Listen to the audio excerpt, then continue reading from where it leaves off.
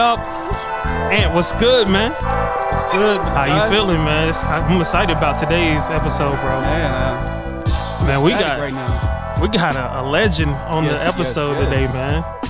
I'm just honored to have him up here, man. We get a minute of his time, man. Hey, y'all, this is the Better Barber Podcast, man. We have the expectation that after listening to this podcast, you as a barber will become better. And once you become better, man, you will definitely make the community around you better, man. Ain't that right, Ant? That's what it's about, man. Ant, talk to me, man. When it comes to like some premium products, man, what products in the barber industry stand out to you, man? Like something that you like to use, man daily too. Like ain't nothing like that sweet Jamila. Come on, man. Come on now.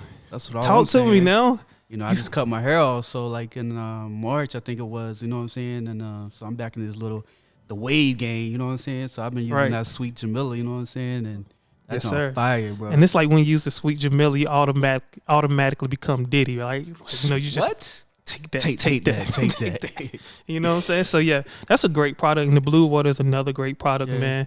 And what's dope about Exotics products, man, if y'all don't know, Sweet Jamil and Blue Water is an Exotics product. It's for barbers and sold by barbers only. Like you can't find it in Walmart, Target, anywhere. It was designed with making sure that barbers can make some extra money, man.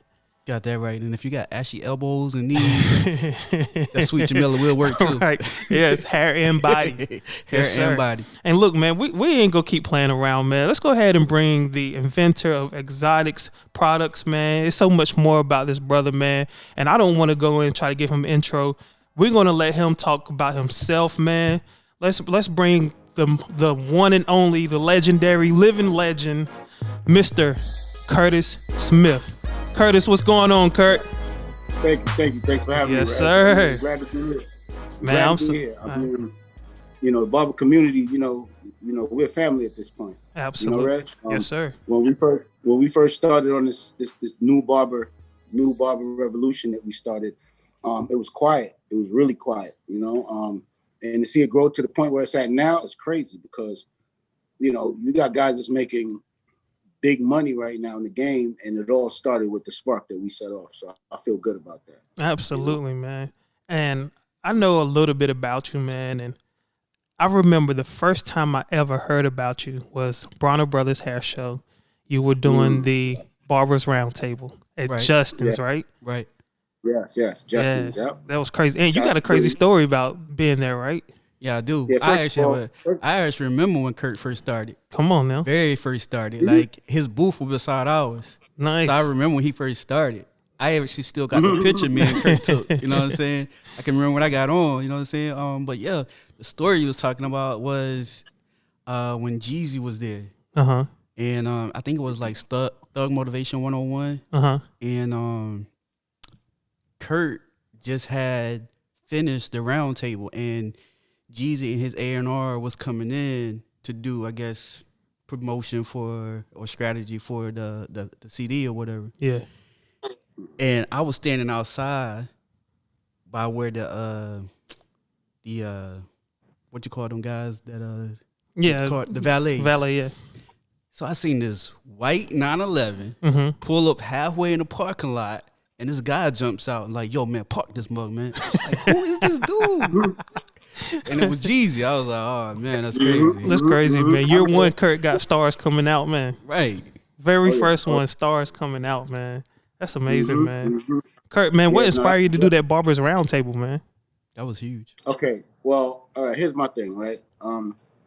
You go to these shows, and you see all of these barbers come together, and they all come together to do what? To congregate and talk about product. What, congregate? No. We congregate to talk about how we can build. Right. Okay. You have, like, for example, you know, let me use an example of your church system, right? In church, people come together and they congregate and they talk about, you know, worship and so forth, right? In certain churches, right? Let's just say like in certain churches, and I don't want to put anybody out there. In certain churches, they come together, they congregate and talk about worship and, you know, family and so forth, right? And then in certain other churches, they come together and they talk about worship, but after they finish talking about worship, they get together and talk about finances, and how can we own and how can we build as a community, right? Right. And when you look at those other communities in those other churches, you realize they have a lot more success. We have a lot more worship. They have a lot more success. Okay. The reason why is because of the meetings that they have after the church is over. Right. So when we go and we do a hair show, and we show up to a hair show, and we decide that we're going to go in there and talk about hair and so forth, but we don't gather up to talk about growth, then how do we grow as a community? We're just going to be consumers, right? Right. Okay. So in order to own, you have to build, right? Correct. So how do we build if we're not having the same conversation? Absolutely. Okay. So the only way I figured that us as a community could build was to bring us together in a room and get to know each other. Yep. Because first you got to know who you're dealing with before you start doing business with people. That's how I always felt. You know, coming from New York, coming from the Bronx, where, you know, there's not a lot of contracts moving around. It's just your word is your bond. That's all you have. Right? So when you pull a group of people together and you have a common understanding, there's no need for contracts. Now we just have to move as a unit. So I figured that would be the best way for us to move as a unit, was to pull everybody together and do a dinner where everybody could get their voices heard, and we can hear people's stories, and we can give awards, and we can. And by the way, I want to give a thank you to Gerald Render from the Browner family, because without him, I would have never done the Barbers Roundtable, to be honest. And Nice. you know, he came to me and said, "Hey, you know, we need to do something for the celebrity barbers. We need to do an event that celebrates the celebrity barbers and give them awards for their accomplishments." That's and dope. I said, "Okay, I like that. I like that." You know, and he said, "Well, you know who the celebrity barbers are, and you running that." So I said, "That's cool." And I said, "How about we remix it, and why don't we make the regular barbers the celebrities? Why don't we put them on stage and make them the celebrities and create our own celebrity barbers? Why does it have to be that because someone cut somebody famous that makes them a celebrity barber? No." Right. I feel like if you stand out in your community in any type of way for the good, you're a celebrity already. Absolutely. When you walk in the room and barbers know who you are, you're a celebrity already. And it doesn't have anything to do with who you cut. It has something to do with what you do for this community. Right. Whether it be you educate, whether it be you motivate, whatever. You know, and everybody has a function. Everybody has a purpose. You know, you look at different barbers and different people that are branching off doing different things. They all have a purpose. Absolutely. Let me ask, Kurt, when did you get started? Like what age, where, how did you get started cutting hair? So fast. So how did I get started? When did I get started? So I officially, you know, to me, my personal opinion on when I got started was when I was 13, when I first did my first haircut. Nice. Because at that point, I never stopped. Nice. I did one, then it turned into two, then it turned into three. Then before you knew it, I was cutting my whole neighborhood, 13 years old. In the Bronx. So I wasn't in the Bronx. Nice. So I wasn't even in high school yet. I was in 8th grade. And I feel like most great barbers start at 13. The ones I know anyway. Most of them start at a really young age. Absolutely. So you know, so I picked up a pair of clippers because as a kid, you know, there was one barbershop on my block. And I remember I went to this barbershop and then before that, to tell you the truth, I don't remember getting a lot of haircuts. I don't know why, but I just don't.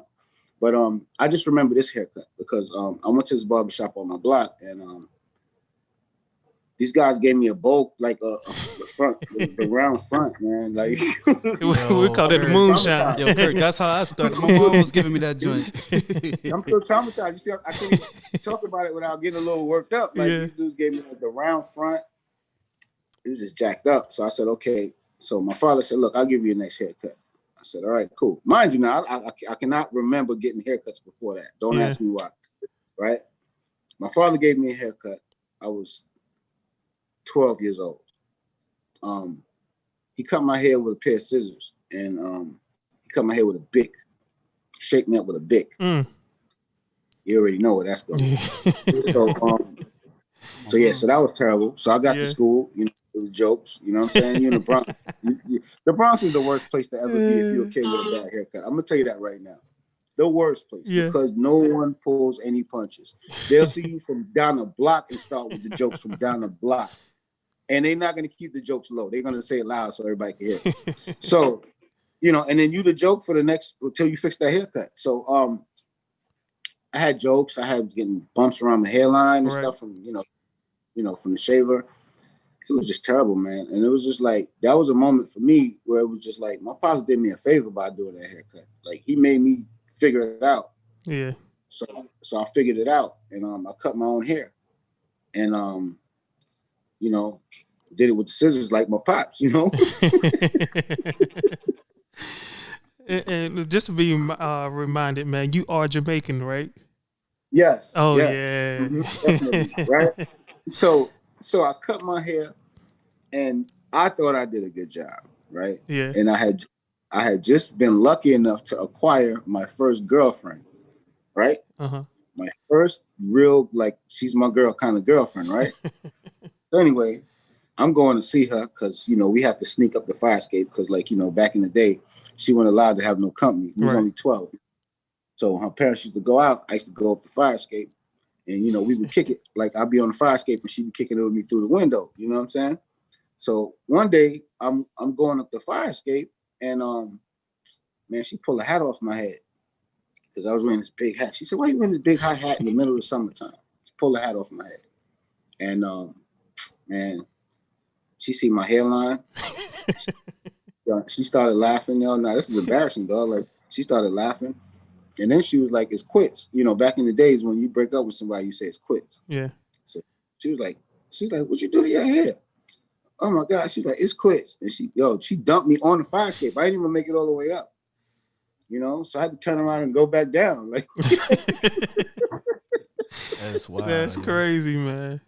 Kurt, so that's a lot of things that really push you, man.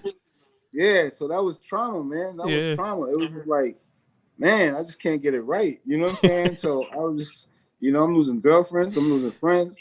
I'm like, man, you know, at that point I realized how important a haircut was. Right. You know, in the Bronx as a kid anyway. You know, I'm pretty sure kids in another country be listening to this going, what the hell is he talking about? But yeah, in the Bronx, very important. As a matter of fact, if you don't have sideburns, that's another thing.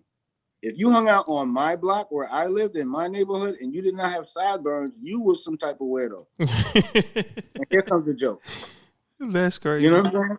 And here comes the jokes. If you cut somebody's sideburns off, like if their sideburns didn't come down straight to the bottom and they weren't perfect, yo, the haircut could be crazy. The sideburns is nice. Oh, it's a great cut. Kurt, I'm gonna tell you, man, the struggle down here, man. Don't get on the bus with a clean fade. Oh wow. My gosh. Smack the back of your neck. What? Your hair would be smacked all day. That's how it was down south, man. What's that? With a clean fade? Yes. You show up on that bus with a ball fade.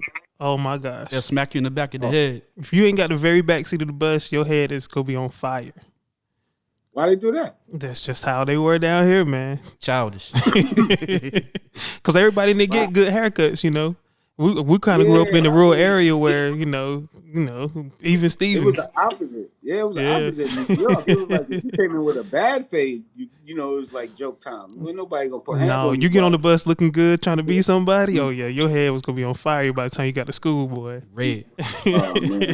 But Kurt, my story is just like yours though. Yeah. That's how I started. Yeah. I started at 12. My mom was jacking my front of my hairline up too with a razor.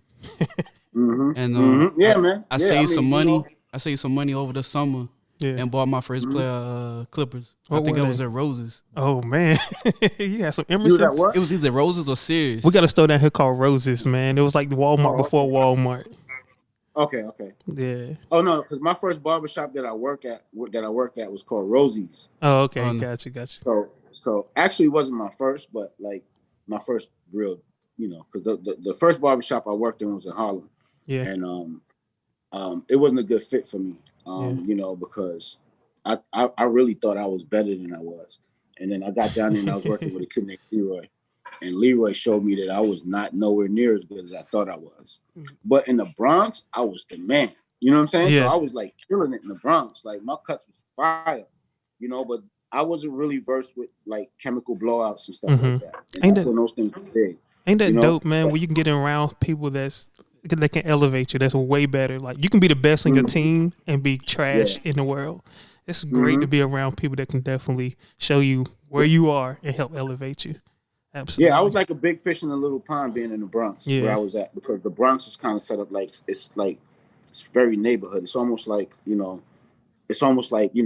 only hang out with people from our block, and they only hang out with people from their block. And sometimes we'll hang out together, but we really only hang out with you know what I mean? That kind of thing.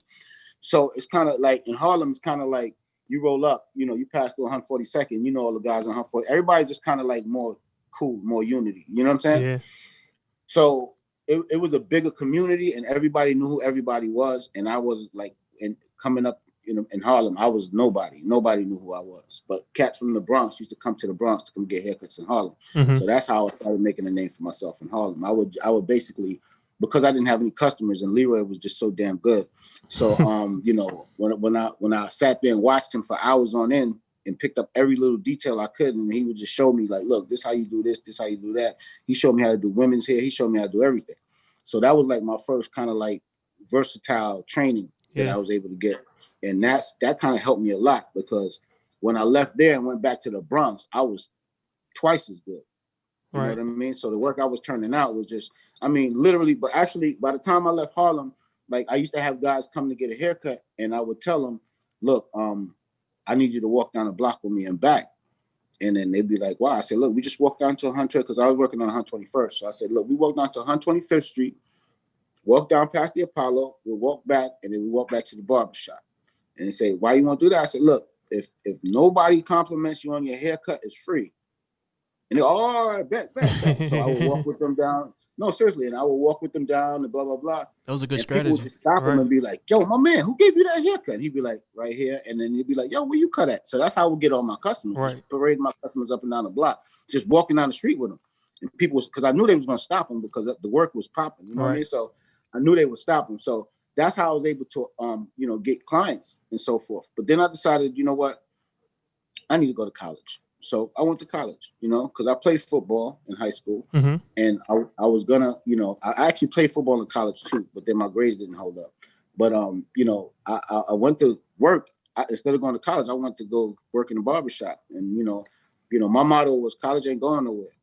So it was like, all right, and I didn't know what I wanted to do anyway. I was like, I want to do computers, I want to do business management. I was one of those kids that's like, I didn't know what I wanted to do, but I knew I was good at football. So I said, let me play football. I already had people talking about scholarships and so forth. So I said, cool, but I knew I was only 5'5". I'm not going to make it to the pros. So, I'm going to go as far as I can with this thing. Got to college, didn't do good in school because I'm, too busy hanging out with the football team.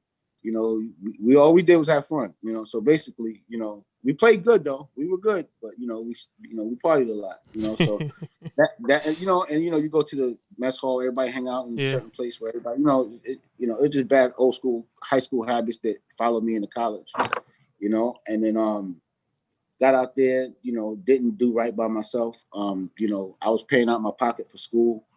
It was just a lot. I said, you know what? School ain't going nowhere. I can go to college whenever I'm ready. But this haircut thing is working. Right. So I was like, look, I'm making $1,000 a week in what year was that? 1990. You know what I'm saying? Yeah. And I'm making $1,000 a week. I'm like, man, college ain't going nowhere. Because I'm going to school. Because I'm saying to myself, I'm going to school to do a profession that doesn't pay me this kind of money. You know what I'm saying? Like I was going to do computer information systems, and and that's when computers were still kind of like still growing and just kind of becoming a real thing, as far as how it's blowing up. So I really wasn't into that. That wasn't my thing. I wasn't into all the numbers and all the math and all of this and stuff like that. I'm not into math like that. I was really more into science, Yeah. So I basically, and that's where my love from products came, because I was always big on science. Talk to me about the products, man. When did exotics come in the picture, man? Oh man, that's like years later. Okay, all right. I was taking you the long road, so I shortened it up real quick for you. Yeah. But so the products came about when I first went to a show called Browner Brothers, right? I was in, I would say, my second year of business. I just opened up my first unisex salon in the Bronx at 22 years old. I was, it was 1994, right? So here we are 4 years later, 1994, I'm in the Bronx, and then I opened up my store. Me and my partner, DJ Kid Capri, I don't know if you're familiar with him, but very famous DJ. Oh, yeah. Right? So, who don't so know that's my, Kid Capri? yeah, that's my best man in my wedding, one of my closest friends. So anyway, we we partnered and we opened up a first barbershop called Ebony's Unisex. Okay. We were a big deal. Like we had people coming from all over the place, man. Like we had celebrities coming in and out of there all day. It was good. I mean, and for the Bronx at that, like people were scared to come to the Bronx, but they came in. So that was cool. A lot of football players and so forth. So anyway, I started hearing about these hair shows. So I went down to Browner Brothers and I was walking around and I was noticing that there were actually people who looked like me that own product brands. I wasn't used to seeing that because, you learn your stuff on TV. You don't know that. You don't see that, right? Right. Mm-hmm. So I'm seeing it now and my head starts to spin, right? My head starts to spin because now at this time, I'm working with Diddy. I'm doing other things, right? So I'm starting to expand my brand a little bit. But then when I see this thing, my head starts to spin. And then I met a guy and he had a company named Natural Oasis. And I tried the product and I loved it so much that when I got home, I called him up and I asked him, I said, hey man, can I ask you a question? He said, yeah. I said, how did you start a product company, man? And how did you figure this out? He said, look, bro, first you got to know what you want to sell. First, you got to know what you want to make. You can't just come out with a product. Mm-hmm. The idea is great, but you got to know your purpose. And I thought about that. And I was like, you know what? I know my purpose, right? But I really didn't. But I thought I did. And that was enough to start with, right? Yeah. So, mind you, this is 1997 when I first came up with the concept, right? Okay. Maybe 3 or 4 years later, I was, dabbling with it here and there. And then I said, you know what? Let me get labels. Let me do this thing, right? So I did it, and then we went to Browner Brothers show with the product. Here we are now, years later. We have Browner Brothers show. We have our own booth. Now, I'm the only barber that has a product. Everybody else was hairstylists or just companies. Mm-hmm. So now they're looking at us like, huh? Now, it was just me, my boy Pacino's, my boy DC from LA, and my girl Christina Goree. Mm-hmm. Okay? My same people that I still hang out with to this very day, right? We used to stand there, and the only reason why people used to actually stop is weird, right? Because they didn't know anything about our product. They didn't know anything about us. A couple of people knew because they saw me in some magazines and stuff like that, mm-hmm. but they didn't really know about us like that, right? So a lot of times people would just stop because I was the only booth that had a Spanish guy in it. I swear to God, you could ask them. You could ask Pacino. They would stop and be like, hey, are you a rapper? Are you a celebrity? Because he was standing, he have his shades on and stuff, and he had a little outfit, he always wore dress fresh. You know what I mean? And he just be standing there like, and he's the whole time he's there like, yo, this is crazy. You know what I mean? We both like, this is crazy, And he would help me sell the products. And, people come over and we talk about the product and, and then eventually next year, DC started coming. DC came out and Christina would pop in and out, but she couldn't stay because she was working for Wall. So she had to just come when she could and just show us some love and then break out. You know what I'm saying? Mm-hmm. I love her for that, because she was the one that was always hooking us up with free booths. You know what I mean? So we never paid for the booth because Christina was one of us, and she used to have her own booth, but she didn't have time to work it. So she'd be like, "Hey, Curtis, you could go ahead and take that." That's how we really started doing that, right? That's how Team Exotics was formed. Team Exotics was formed with those 3 people. That was the first 3 members of the team, And then from there we said, okay, we're gonna call this Team Exotics, and then we brought Jesse Lima. Mm-hmm. Jesse Lima came on. And then we brought in Keelan, and then we brought in this one, and that one, and Natalie, and that. Now it's 35 of us. It was so crazy. Including yourself, right? As he talking, I remember like everything so vividly when it happened. Like I remember when he first started. I remember even Pacino when he first started, and when he released that first Barber app. Like that, it was so crazy. That whole wave. Like, and I remember Jesse Lima, all of them, man. It was crazy. I remember first time I ever seen a Jesse Lima haircut. It was the koi fish. That thing was amazing. It was crazy. Yeah. Listen, let me tell you something. Some people don't get enough credit for what they've done for the barber industry. Okay, and some people will never really know who really did what for this barber industry. You know what I'm saying? All of these guys that you see getting the Insta fame right now, that's beautiful. But honestly, they really don't even know why they're able to pull this off. Who made that platform for them? You know what I'm saying? Yeah, they don't even know really what really happened. You know, I mean, I can go down the line. There's certain people like I'm gonna tell you right now. Marvy Marv, my fault. Marvelous Marv. Okay. Eric Cheeks. Okay. Those two guys right there take the credit for all those designs that people's putting in their heads right now. All in portraits. They started the portrait. Designs been happening forever. But the portraits, they put those portraits on the map. Yeah, when Marvelous Marv came through for Major League, man, that joint was fire, bro. He was killing it.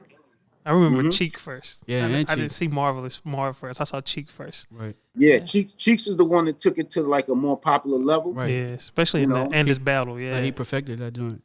Yeah. So like those guys are the reasons why you have the Rob the Originals and the Joe Barbers. You know what I'm saying? And all of these, the Kenny Duncans and all of these guys, because those guys opened it up for these guys to be able to do these fly portraits. They opened up the mind like that. Right. You know. Another good barber that didn't get a lot of credit was Radamez Perez. Right. Okay. Radamez was a revolutionary barber. Okay. He did stuff that barbers didn't do when it came to designs. He did that scary face and he opened up the whole landscape with that. You know? Then you got guys like the guy from LA. Oh man. He's a little crazy, but he's dope with the designs. What's his name? Jeremy Knott. He's another one. You know, nice. Another one. Amit Corso. Yep. That's another one. I remember that too. Amit brought another angle to the design game. A lot of these guys, they don't get credit for what they did. Right. You know what I'm saying? Mark the Barber in Florida. Right. Clean, he killed it. Clean designs. He had a nice way. Yep. You understand what I'm saying? Used to kill it. You know, these guys are the guys that were. You know, first wave was the guys I mentioned first. Second wave was the guys I mentioned to the latter. Then they opened up the doors for these new guys that's coming out now that's doing their thing. You know, but they never got the credit that they deserve, you know? And then you have people that did things for the culture like Nori West. Nori West single-handedly Major League Barber. If it wasn't for Major League Barber, there would be no Team Exotics. You know what I'm saying? Like, there would be no Team Exotics. We went to the show and watched them, and we admired them so much that it made us want to start to build our own situation. Hey, man, we got to give applause for Nori, man. Let's do that, man. Yeah. Yes, sir. Appreciate it. Yes, sir. MLB, man. They definitely doing that thing, too, man. Yeah. Yes, sir. You know, I mean, it's been a lot of culture vultures since then, but I'm going to be honest. Everybody see money, and then they jump in the game. Right. You understand what I'm saying? But these are the guys who did it when there was no money. And Kurt, man, these are the guys that didn't do it for the money. One thing I noticed about you, man, like this conversation you having now, you have often. You're never unable to shout out other barbers and their accomplishments. You always been that guy, man. I've never heard you talk bad about another barber or try to, just downgrade nobody else. But the amazing thing is you've done a lot yourself. Exactly. The accomplishments that you have done in the industry is ridiculous. Like just the amount of barbers that you help give a platform to become something.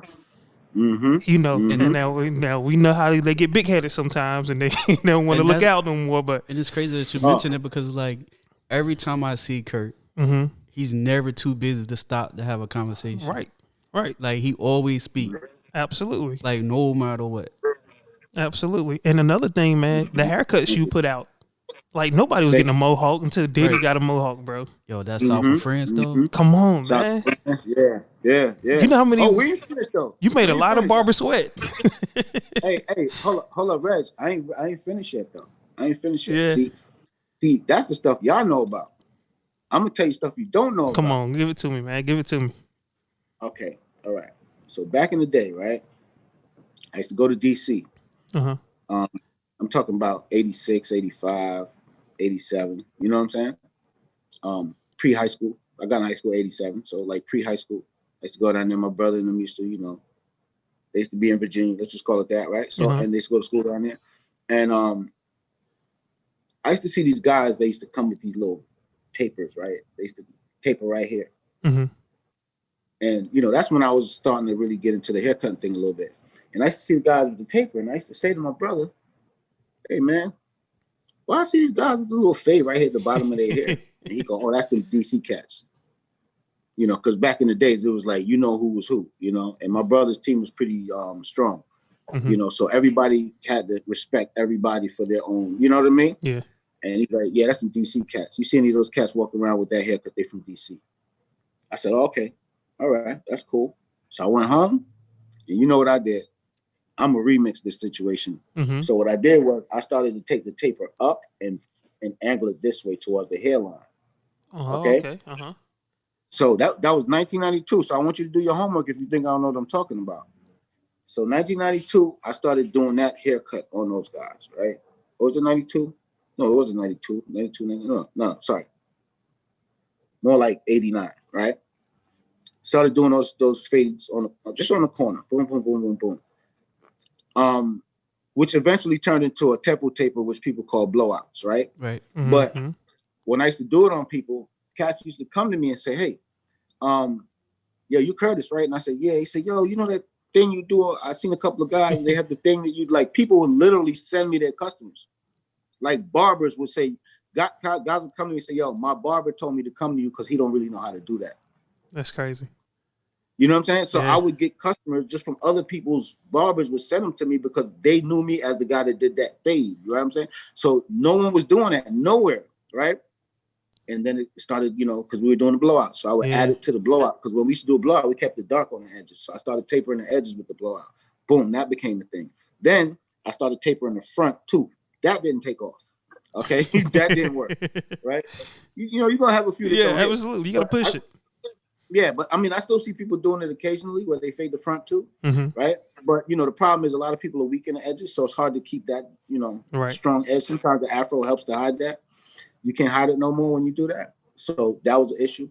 But we started doing that, and then we started doing another cut that I used to do in the house called the wet wrap. Yeah, wet wrap. That's what we called it. Right? Wet wrap. So what we used to do was, so we used to take an S curl, and because S curl. Let me tell you something. There's probably not one person on this planet that did more S curls than me. I promise you that. I promise you that. Wow. I think that's how I caught cancer, but I ain't gonna get into that, right? But yeah, from burning my fingers and the stuff going into my pores, not from the product. Yeah, you know what I'm saying. But I did about a gajillion S curls, right? So in the process of doing those S curls, I used to realize, and I just didn't do S curls. I used to use all kinds of relaxers. I was really good. Like, Leroy taught me some tricks. Let's put it that way. Yeah. And when it comes to texturizing hair and working with textured hair, I don't think there's anybody that understands it like I do, right? So what I started doing was I started relaxing the hair to a certain point, just to a certain point. Like my S had to be a certain pattern. Like when you're combing out relaxer, you don't have to know how to read the pattern of the hair. If you don't know how to read the pattern of the hair, you don't know what you're going to get when you wash it out.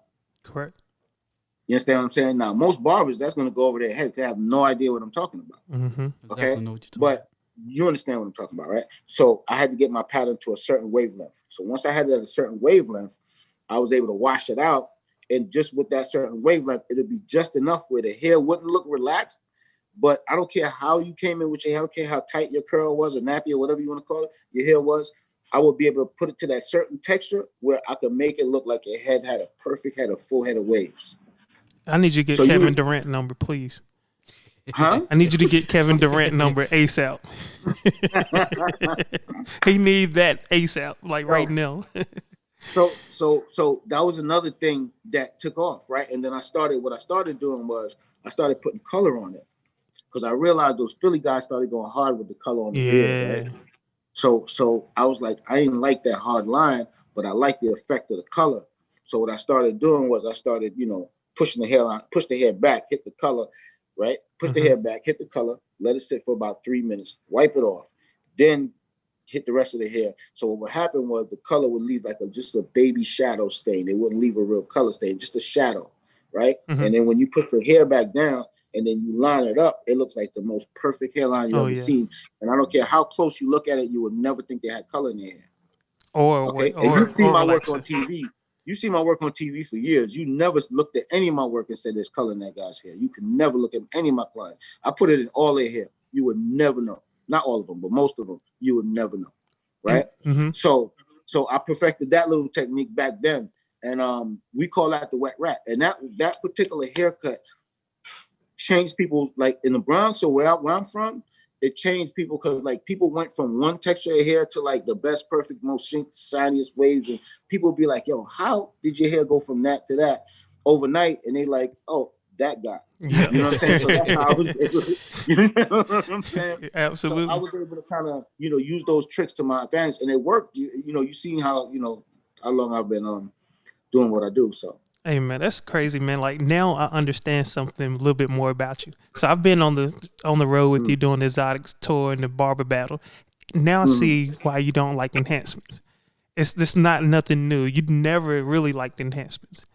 And just the straight enhanced look. You want it to look like a clean haircut. That's what's up, man. That's what's up, man. I really enjoy those shows too, man. Like, man, my favorite might be Dallas, man. I think Dallas and LA. Dallas and LA, yo. Can't never go wrong. Tampa's Dallas fun too. No, Dallas for me for sure. Yeah. I'm gonna tell you why Dallas, because the people that come to the show in Dallas, they come for both things. You know what I mean? Like they don't just come for the haircuts. They come to see each other and have a good time. Right. And it becomes more than just a battle. It becomes a celebration. Right. It becomes a party. Like people, you know what? We've had shows in Dallas. We've had shows in Dallas for the last 8 years straight, every year, sometimes 2 times. And we've never had a problem. We've never had an incident. Never had an incident. One time, the last show, some guy was irate because he lost and blah, blah, blah. And, and that's how it goes. Yeah, he always be like that. Kurt, man. We ain't gonna dwell on that for too long. But that was he was a complete fool for that right there, man. He definitely lost that battle. It was everybody could say he lost that. But man. But you right, Dallas, man, it's an event, bro. I like Dallas. But you got to come to the Exotics tour, the hair battle tour in Dallas. I can't remember the venue, but the venue was amazing. The DJ Park Avenue. The DJ kills it. They have so many vendors. It's really dope, man. It's ran well. Yeah, man. And like serving 5%, man. That's that's my partner. Oh yeah. I gotta check him out. And another thing too, man. We talked about enhancements. It was crazy how when you allowed it, like the picture perfect. I can't remember the name of the battle, but you allowed enhancements in this one battle. That one sold out the quickest. That was pretty cool, man. And I think people did pretty good on that too. Yeah, but I mean, because the thing is this, Reg, think about it. I could put you out there and you can use certain tools that's going to give you an advantage. Does that mean you're better? No. Just means you have certain tools, right? I've grown up with haircut's a haircut, and then enhancements another thing. So, the enhancements extra. You don't put enhancements on a baby, so it's not automatic, right? Right. So that's an option. That's like a facial or whatever. That's an option. So if that becomes the norm, then I mean, look, I can make you like something. I can give you crack, and then you'll be a crackhead, right? Right. But do you need the crack? You know what I'm saying? No. So I don't want to sit somebody in my chair who doesn't need enhancements and force them to get it because it's going to make me more money. Right. I think that's kind of crazy. You understand what I'm saying? Yep. For my own little selfish reasons, you know what I mean? I'm going to make you take this thing for my own little selfish reasons. It's kind of selfish. Now, if somebody's looking like, look, man, I don't know what to do, and then you go, hey, look, here's an option. That's different. Yeah. So I just feel like enhance, but then again, you got people that that's what they're known for, and that's how they make their money. They're not known for, and they still do good work, but they're known for enhancement. I know somebody right now that we were just talking about that does enhancements on basically everybody who's sitting in a chair. And if he was to say that he don't have any enhancement that day, they would go crazy. You know what I'm saying? They would go crazy. Right.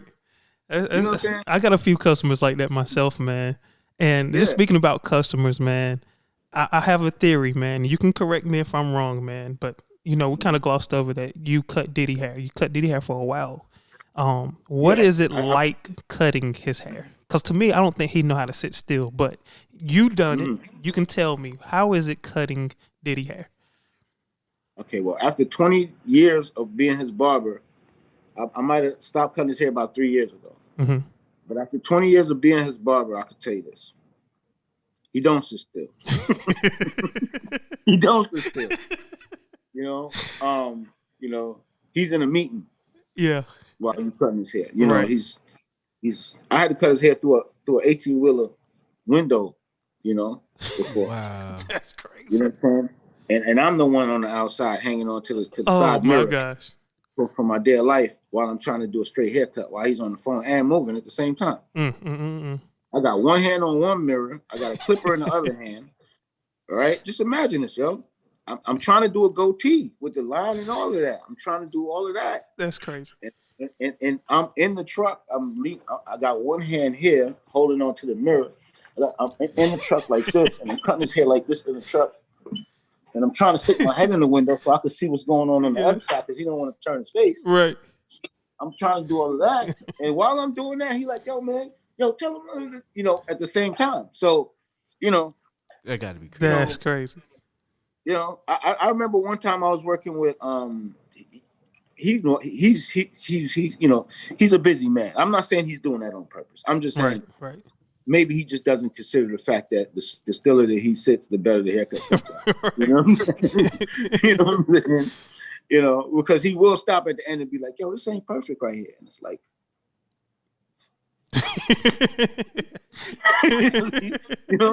what do you expect, sir? Yeah, you know what I'm saying? Like, that's what's up. But he's like, look, if you're the best, you're the best. If you're the best, then you should be able to do it with me falling out of that parachute. That's how he is. Matter of fact, you know what? We're going to jump out this plane, and you better cut my shit right before I hit the floor. Like, that's fun. Wow. You know what I'm saying? It's still dope though, cause he push you to do more. He get you out your comfort zone, man. That's pretty dope, man. Yeah. You don't spend too much time in that zone at all. Nah. But like you said, it's like I want the best, I want the greatest, and you better prove it. Right. Yeah. You understand what I mean? Yeah. And that's it. And I take no less. And but you know what? It rubbed off on me, and like I'm kind of, particular about certain things when I work with people because I need the results that I wanted. Absolutely. You know what I'm saying? And it's all results based. You know what I mean? Yeah. It's just sometimes some people crack a whip. Some people just know how to talk you into it. Absolutely. He cracks the whip. Are you still cutting Usher hair? Yeah.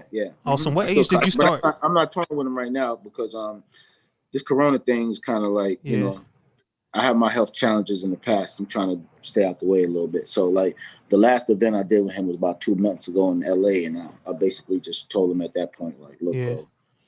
I think he understands that too. What age was he when you started cutting his hair? He was 18. Okay. I thought it was younger than that.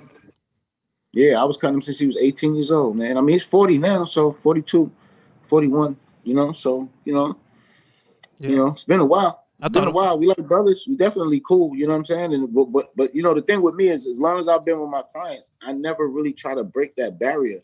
You know what I'm saying? Like I never try to break that barrier. I don't take a bunch of pictures of them or with them for that matter. Right. I might have one picture with Usher or two if I'm lucky.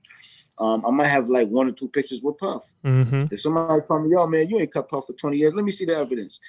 Only thing I could tell you is, yo, man, just Google me. You know what I'm saying? Absolutely. And you know what, man, Kenny Duncan talks about this, man, when he, on the tour, when we do the education part. Mm-hmm. Yeah. Celebrities will pay for you not to say anything, to keep your mouth shut, right? Yeah, like stop taking pictures of them. They ain't come for that. Mm-hmm. They ain't call you for that. You know what I'm saying? Yeah, you clout chasing. There's too much clout chasing. Right. Just cut that hair. Get on out of there. Too much cloud chasing. Because they want you, if they want you to have a picture, they're gonna take it regardless. Right. You know what I'm saying? They'll be like, what, you got your phone? They'll give you some kind of indicator. I posted a picture of me cutting French Montana, and one of my people said, "Yo, I thought you don't post pictures of you doing haircuts and stuff." I said, "I don't." I said, he posted it. I just reposted it. You understand what I'm saying? Yeah. So I'm, like if they post it, then great. I'll repost it. You know what I'm saying? But never will I ever want to look like a groupie or a fan. You understand what I'm saying? And the minute you look like a groupie or a fan, that's when they start talking about your rate. Absolutely. You know what I'm saying? That's when they start talking about, yo, 500, can't do it for 200. That's when they start talking like that. I'm gonna tell you, man, we had a couple people stop through here, and, they're Instagram celebrities. So I ain't gonna call them real celebrities, but they wanted me to stop what I was doing, come to their hotel room and cut their hair, and they'll shout me out on Instagram. I was like, nah. Oh my God. No, but there's a million barbers that'll do that though. Right. There's a million barbers that'll do it. Believe me. I mean, and I don't blame them. They're young. They trying to figure it out. They figure this might be my parachute. You know what I'm saying? Like, I need this. So they, their morals come last, and sometimes their moral system ain't set up yet. They still trying to figure out what's cool and what's not cool. I think the only time I came out the shop. So sometimes you need somebody to tell them, like, look, shorty, that ain't cool, man. Like, you putting that man business out there like that. You standing behind him. Obviously, he don't know you took a picture of him because he's not smiling for the picture. He's not even looking at the camera. That shit is embarrassing to the barber game, bro. Don't do that. You understand what I'm saying? Don't sneak pictures of clients. Don't do that. If they're going to post. And what I tell my barbers is this. If you're going to go do a customer for me, a client for me, and that's what I've done. I've passed off my clients to all my other barbers, right? So the first rule of thumb is this. Do not pull that damn camera out your pocket. That's the first rule of thumb. And all the barbers that didn't listen, they've never worked with me ever since. Okay. Now, I didn't tell them I wasn't working with them. I just never called them back. You ain't gotta tell nobody. Just don't call them. So yeah, so I just never called them back. And the ones that never violated get the call. You know what I'm saying? It's as simple as that. But the point is, you're there to do a service. You don't see a plumber pulling out his camera talking about, yo, I just did your pipes, yo. Let me get a picture with you next to my pipes. Like that, that's just not how it works. Like, the gardener don't say take a picture next to my lawnmower. Yo, the lawnmower community gonna love me. Like, no. Yeah, but they still cut the lawn. You know what I'm saying? Like we the only one. Right. Like everybody's doing their job. Why the barber gotta be different? Why the barber need to pull out a camera? You got that right. We the only ones. We want to show people we work and we're connected to the celebrity. And we really not. And it's just a form of showing off. Absolutely. Well, Instagram, I'm gonna get 1,000 likes on this one. Going viral. Yeah, it's just a form of showing off. And you know what all that showing off does? It makes other people feel like unaccomplished. It makes other people feel like they're not doing anything. Yeah. You know what I'm saying? It makes other people have their own kind of self-esteem issues and feel like their career sucks and all this type of stuff. That's what showing off does. You know what I'm saying? Right. And for me, it's really just showing off. It's like, it's just the same thing as the mentality of taking $1,000 to buy a pair of sneakers, but you barely keep your car on the road. You understand what I'm saying? Mm-hmm. It's the same mentality. It's showing off. It's like you acting like you're something that you're really not. Take the professionalism away. Yeah, you get one haircut and then you're like, oh my God, I'm a celebrity barber now. No, you're not. Just slow down, bro. Like, you're just a barber that happened to cut a celebrity one day, and be humble about that. And that's how you get called back. Right. Absolutely. You know what I'm saying? Because you have barbers that'll do a job and they'll get called by another barber to do the job, but they'll be, oh, look at me, but they'll never even shout out the barber that hooked them up with the job. Correct. Absolutely. That happens. You know what I mean? Absolutely. They won't say shout out to the plug. None of that. They don't. Please. Oh, here I go. I made it. You know what, man? I've been blessed, man. My brothers in this industry, they always shout me out if I send them some celebrities or somebody I know that's a high profile client. So shout out to. Yeah. And it's mainly Team Exotics people, you know what I'm saying? So, or people that I work with. Bro. Yeah. Bro, listen. I tell you this, and I'm not funny style or anything like that, but the reason why I chose the people that I chose for Team Exotics is because they're all good people. You understand what I'm saying? They're all good people. They all been vetted thoroughly. You know what I'm saying? They've all been vetted. We had to part ways with one or two along the way, but that's normal. Yeah. But they've all been vetted. You know what I'm saying? And they've all been good people. And the only reason why I bring them in on the circle is because I already know they're gonna do good by the people in the circle. You understand what I mean? Yep. And as long as we all do good by each other, there's nobody on a team that you can't pick up the phone and say, yo, I need something, and they're going to tell you, no, I can't help you. I get a question, man. How do you get to work beside Kurt? I was like, because Kurt seen me quite a few times. He said how I show up. He said I get there on time. He said I do the work. And I never asked him, yo, Kurt, put me on, man. How can I get on? I just said, hey, look, if you need any help, I'll be in the city that weekend. I'm not working. If you need me, I got you. Just anything you ask for. and I show up on time. I don't bring extras. You know, I'm not asking for extras. You know, like I just do the work. I'm aligning myself with his vision for what he has and his results that he wants. And I just want to see his results. So and I see that with a lot of Team Exotics members. Yeah, and everyone is growing from it though, because now, you know, now you got. All right, so let me give a perfect example. So Jesse does. Jesse Lima does. You know, he does his SMP, right? He does classes. He's taught a lot of students, right? But he's taught at least close to half of the Team Exotics members already, right? And everyone's went and paid for the class. No one asked for a favor. Right? And that's just kind of like a testament. Like, we know that he's doing something good, and it's also something that's good for us. So why wouldn't we take it? Why wouldn't we, you know what I'm saying? And he's one of us, meaning, you know, we're like-minded people. So why wouldn't I go and support what I wouldn't take it from nobody else. Jesse's the only person that could teach me that. You understand what I'm saying? Yep. If Jesse made bomber jackets and I needed a bomber jacket, I'm not buying it from nobody else. I'm buying it from Jesse. If I can't find somebody in my circle that could do the job, then I'll go outside my circle. So that's the reason why with the team it works, because it's like, like you said, you could call anybody in your circle because you already know we already have a common understanding. We're all together. You understand what I'm saying? So whatever it is that you need, I'm going to try to figure out how to accommodate in some type of way. But just because of that X pin, just because of that pin, you know? And people recognize that and people respect that. And I think, you know, it helps everybody out in a way, because I've had people say, hey, man, you know, it's funny. I went to a barber battle the other day and I was standing online and, somebody seen me. I had the pin on it. It was like, yo, you good. Yo, you don't got to stand online. Yo, you good. And they let me in for free. Dope. Walked me past the whole line and let me in for free. Didn't take a nickel from me. Man, you understand what I'm saying? And then all he said was, yo, man, tell Kirk, yo, tell him I said what up. That's what's up. You understand what I'm saying? That's what's up. That's what your reputation to do, right? Good reputation. Yeah, that's what I'm saying. That's what I'm saying. And that happens to my people everywhere. Anywhere they go, they got that pin on. People already know. You don't get that pin unless you officially down. That means you've been vetted by the whole Team Exotics, and every one of them rock with you. That means you a solid dude. Period. Absolutely. Ain't no funny business. You're a solid dude. Find one dude on Team Exotics that's shady. Facts. Tell me one. Facts. All of them solid. Elliot, you name it. Keelan, all of them. You know what I'm saying? You name it, man. Everybody's solid. Kenny, Danny, Pacino's, Boom. Even though he got his own brand now. You know what I'm saying? Yep. But, you know, original member. You know what I'm saying? All of them solid. J Majors. Shit. We can go on and on. There's 35 people. Yes, Reese, sir. you know, everybody's solid. Yeah, they're all good people. Absolutely, man. So what's next, man? Like, you know, we going through this pandemic situation, man. What goals do you have for yourself, man, in the next couple of years? All right. Well, you know, they said, you know, they say you can't really say things before it happens because I understand. You know, so, you know, let's just say, we got some good things on the table right now that's really groundbreaking. You know, I'm excited. Let's put it that way. I'm looking forward to next year, as far as that goes, anyway.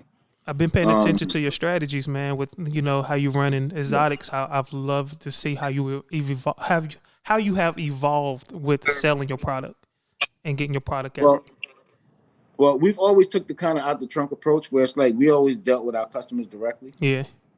You know, we never really dealt with a lot of big distributors and stuff like that. We always dealt with the customer directly. So I have, you know, we handle all of the orders right here in the office. We ship all the orders right here from the office. We produce everything right here in this building, from scratch.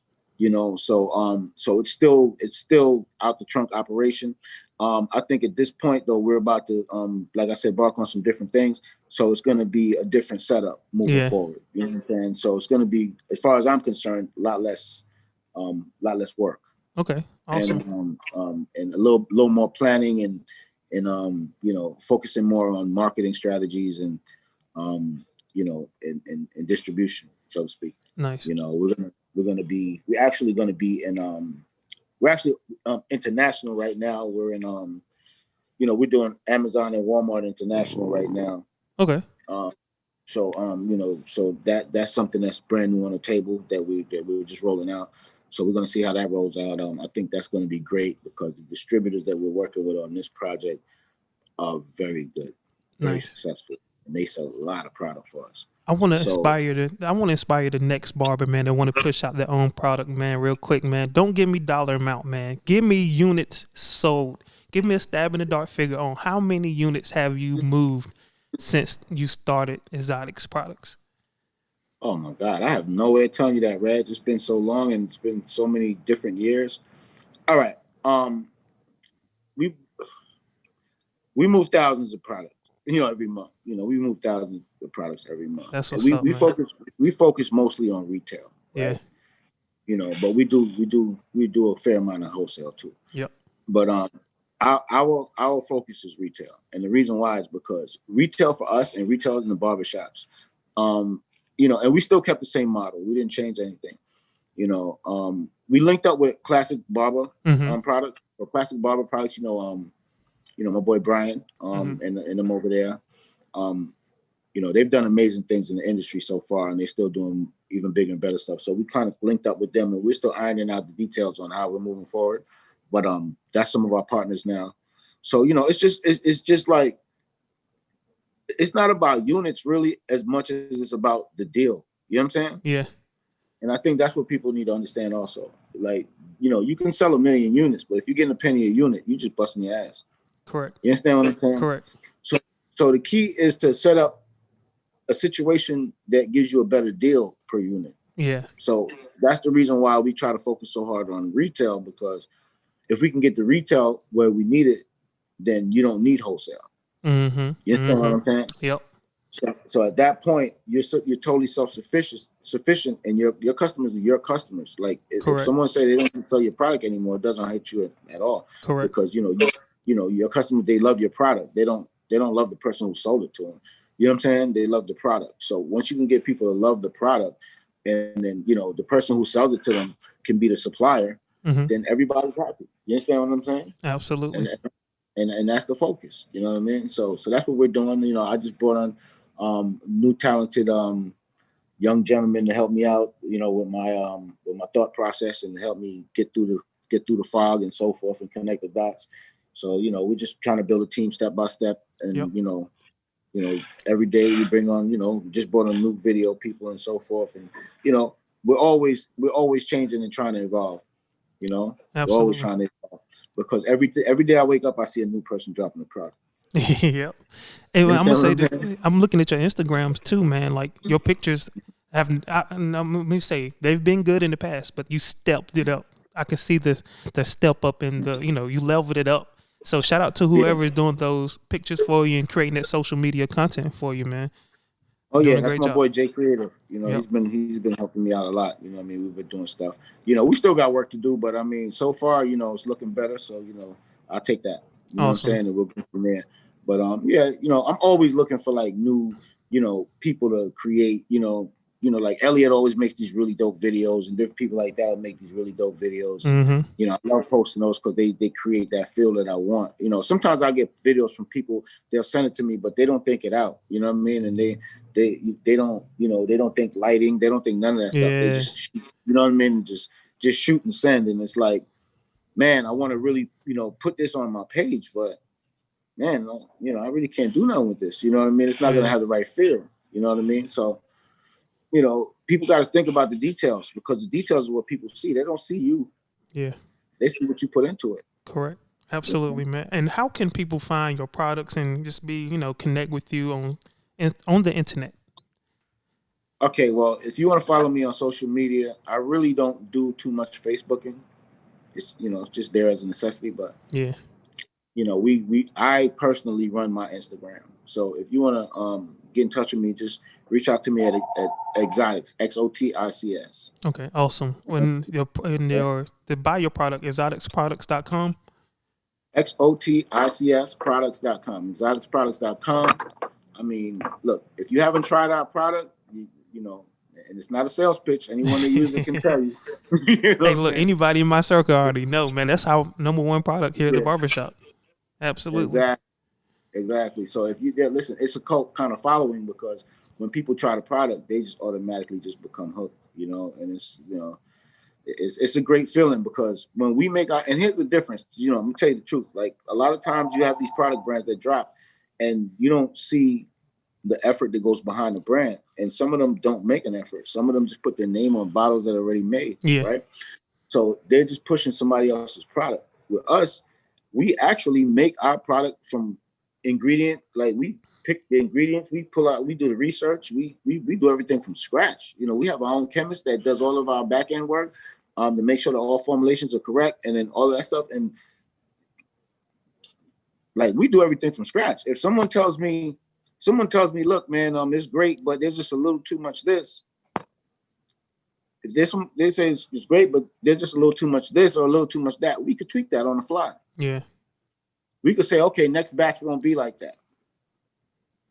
See, and when you outsource your product or when you go buy someone else's brand, you have no control. Correct. So you just say, okay, yeah, and they say, okay, that's what it is, because you know what? They're bottling that same stuff up for like 20 other people. Right. Absolutely. And there's no originality, there's no uniqueness to the product, and then there's no longevity because you start to realize that all of that stuff on the shelf is the same stuff. Absolutely. And it's like 3 people making everybody's products. Mm-hmm. You know what I mean? So that's what we want to hold on to. We want to hold that dear, that we create our product from scratch. We make every ingredient from scratch. We do quality control in-house. My people open every bottle, every jar before they ship it out, stuff like that. That's what's up, man. And talk to me, man. How you feeling, man? I just need some of this blue aloe that I've been seeing, man. This one talking about these conversations, though, man, is what this podcast was made for, man. This platform was designed, man. You can't get this every day. No, sir. Everyone don't have access to Curtis Smith, man. So I'm just thankful, man, that you were able to give us some of your time today, man. Kurt, man, it's been a blessing, man, just to be able to be part of your vision, man. And it's actually just good to included, see you, especially during this whole pandemic, man. It's Absolutely. good to see you. Yeah, man. Well, listen, look, Reg, you are an asset to your community. You are an asset to the barber game, and you're a gentleman. And if more people could start aspiring to just at least be like a little more like you, I think we'll be all right. You understand what I'm saying? I appreciate that, man. So keep doing what you're doing, man. Keep the integrity intact. You know what I'm saying? Because when I see you, I see integrity. And just good luck on everything with the show. If you ever need me, I'm here. Yes, sir. I appreciate it, man. So, yeah, man. Y'all, let's make sure we give another applause for my man Kurt being on the show, man. I'm super excited, man. I'm super just honored, man. So yeah, Kurt, thank you so much for being part of the Better Barber podcast, man. Can't wait to release it, man, and see what the feedback is. I think it's gonna blow a lot of people's minds, man. And I think it's value, man. That's what we add in here is value. So yeah, man, any closing words, man, as we get out of here, man. As I always say, man, it starts with you.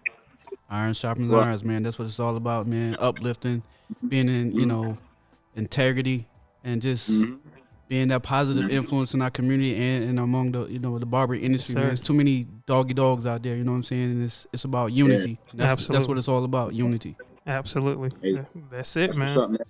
Hey, this is and listen. I want you to ask yourself this, and I want you to ask all of your people that you hang around this. I want you to ask them this on a regular basis. When is the last time you spent any money on a black business? That's fair. Okay. When is the last time? Because you know what? When you start asking people that, you know what they're gonna say? They gotta stop and think about it, and that's sad. Absolutely. That's really sad. Absolutely. Because if I ask the same and I say, when's the last time you spent money on a white business or a Korean business or any other business, they'll be, I just was in the yesterday. I just came from the store. You understand what I'm saying? Yes, sir. So in order for us to be great and to be able to have a voice, we need finance, we need income, we need to build. And the only way we can build is through each other because no one else is going to give it to us. You got that right. And the same goes for just the barber community as a whole. No one's going to build anything for us. No one's going to stand up for us. We got to stand up for ourselves and for each other, especially when it comes to this whole pandemic. Absolutely. Right? So look, man, I mean, at the end of the day, I just want to be a part of the change. I'm not in it for me. I'm in it for us. Absolutely. Y'all heard it Right. there, man. Y'all heard it from the horse's mouth, man. That's what we say down here in the South, man. You heard it from the horse's mouth. That's the GOAT. Right. That's the Right, GOAT, right. man. Hey, All man. right, well, yeah, man. Hey, Definitely a pleasure talking to y'all, man. Y'all have a great day. All right, you too, man. Tell the wife I said hello, too. Will do, man. Yeah, man. Congratulations, too, on your wife, too. Man. Hey, thank you, man. 1 year, man. January, man. Yeah, it's a beautiful thing. Yes, sir. All right, baby. All right, now. All right. Y'all, this has been another episode, man. It was amazing, right, Ant? We're going viral, bro. We're going viral out. But this is the Better Barber Podcast, man, where we expect you to get better just from listening to our stories, our experiences, and our perspectives. Catch us on the next episode, man. We dropping every Tuesday right now. And hey, look, we trying to do a little bit more than that in the future, all right? So just stay tuned, hit that bell notification, make sure you subscribe, and share this with a friend, all right? Peace out.